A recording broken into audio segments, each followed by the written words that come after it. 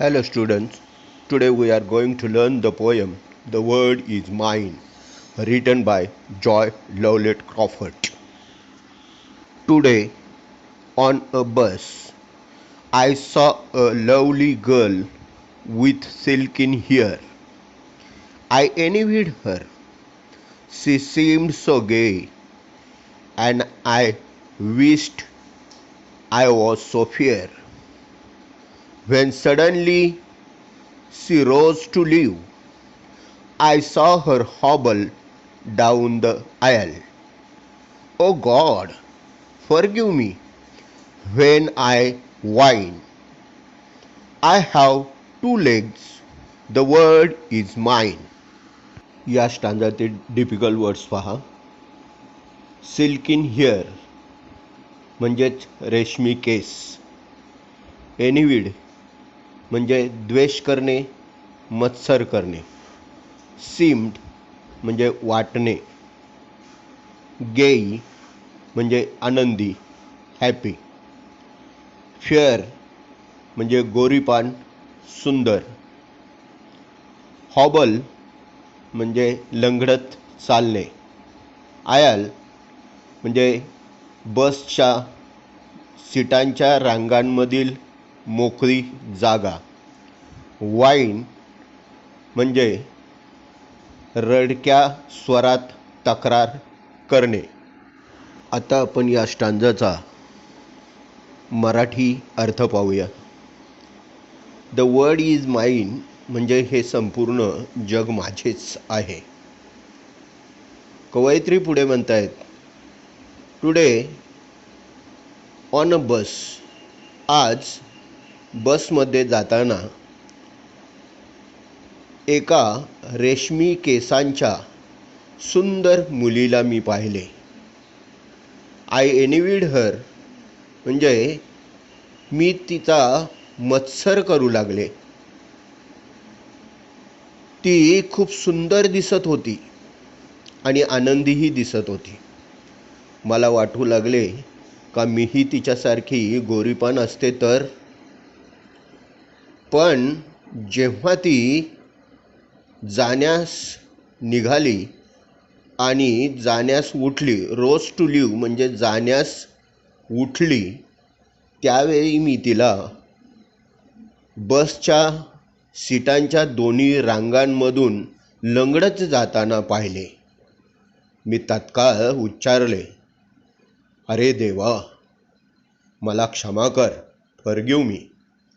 मी ज्यावेळेस तक्रार करत असते तुझ्याकडे की मी अशी पाहिजे होती, मी तशी पाहिजे होते, परंतु मला तर दोन्हीही पाय आहेत. मग हे जग माझेच नाही का? हे जग माझेच आहे. Now we will learn the second stanza. And then I stopped to buy some sweets. The lad who sold them had such charms. I talked with him. He seemed so calm. And if I were late, it would do no harm. And as I left, he said to me, I thank you. You have been so kind. It is nice to talk with folk like you. You see, I am blind. Oh God, forgive me when I whine. I have two eyes. The word is mine. Difficult words. Charm means charming, मोहक, आकर्षक, देखना. काम, शांत. Folk म्हणजे लोक. कवयित्री पुढे म्हणतात की त्या एका ठिकाणी मिठाई खरेदी करण्यासाठी थांबल्या. मिठाई विकणारा मुलगा खूप आकर्षक, मोहक होता. त्या त्याच्याबरोबर बोलल्या. तो खूप शांत दिसत होता आणि कवयित्रीला वाटले की मला थोडा उशीरही झाला तर कोणतेही नुकसान होणार नाही, म्हणून त्या त्याच्याशी खूप वेळ बोलल्या. त्यानंतर त्या जाण्यास निघाल्यानंतर मुलगा त्यांना बोलला, थँक यू, तुम्ही खूप दयाळू आहात. तुमच्यासारख्या लोकांबरोबर बोलताना खूप आनंदी वाटते. तुम्ही पाहिलंत ना मी आंधळा आहे ते. कवयित्री लगेच बोलल्या, ओ गॉड, मला क्षमा कर. जेव्हा मी नेहमी तक्रार करते, मला तर दोन्ही डोळे आहेत. हे जग माझेच आहे. Next stanza. Later, walking down the street, I saw a child with eyes of blue. He stood and watched the others play. It seemed he knew not what to do. I stopped a moment. Then I said, why don't you dear join the others? He looked ahead without a word, and then I knew he could not hear. Oh God, forgive me when I whine.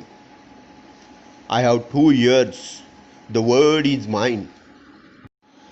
कवयित्री बोलतात, नंतर रस्त्यावरून जाताना त्यांनी एका निळाभोर डोळे असलेल्या मुलाला पाहिले. तो इतर मुलांना खेळताना पाहत होता.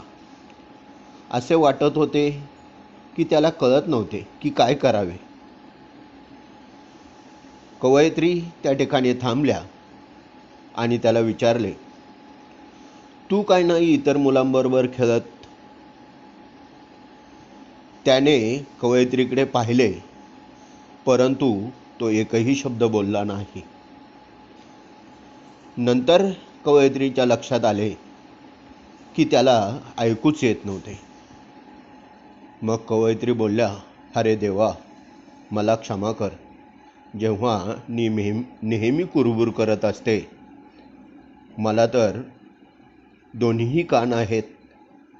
हे जग माझेच आहे.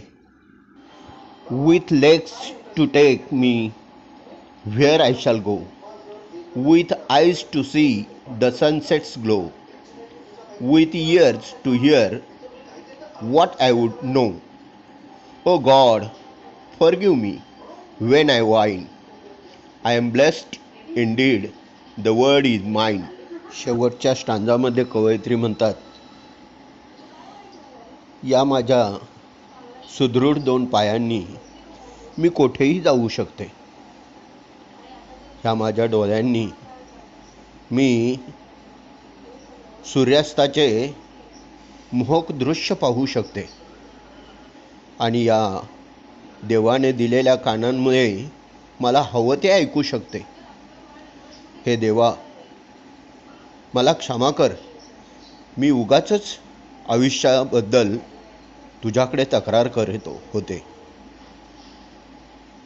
मी तर एक दैवी शक्ती लाभलेली आहे. मी खूप धन्य आहे, सुखी आहे.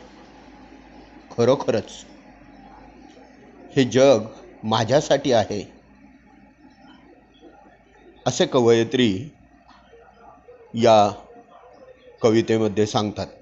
Appreciation of the poem. Title. The title of the poem is The World is Mine. Poet or poetess. This poem is written by Joy Lowlett Crawford. Rhyming scheme. Though this is free verse, there is different rhyme scheme in every stanza. First stanza A A B C C. Second stanza A B B C C D D. Third stanza A A B B C C. Fourth stanza A BBCC. Theme or central idea of the poem. The central idea of this poem is we must be thankful about what we have instead of complaining about the things that we don't have. If we focus on what is lacking in our life, we will miss the real happiness of the life. The speaker gives examples of a lame girl, a deaf boy, and a blind boy, and describes us beautifully how they are happy with what they have. Figures of speech, alliteration, repetition, and inversion. Alliteration. And then I stopped to buy some sweets. The sound yes is repeated. Second, repetition. Oh God, forgive me when I whine. This line is repeated 4 times in the poem. Third, inversion. Today on a bus, I saw a lovely girl with a silken hair. Real order should be I saw a lovely girl with a silken hair on a bus today. Favorite line of the poem. Oh God, forgive me when I whine.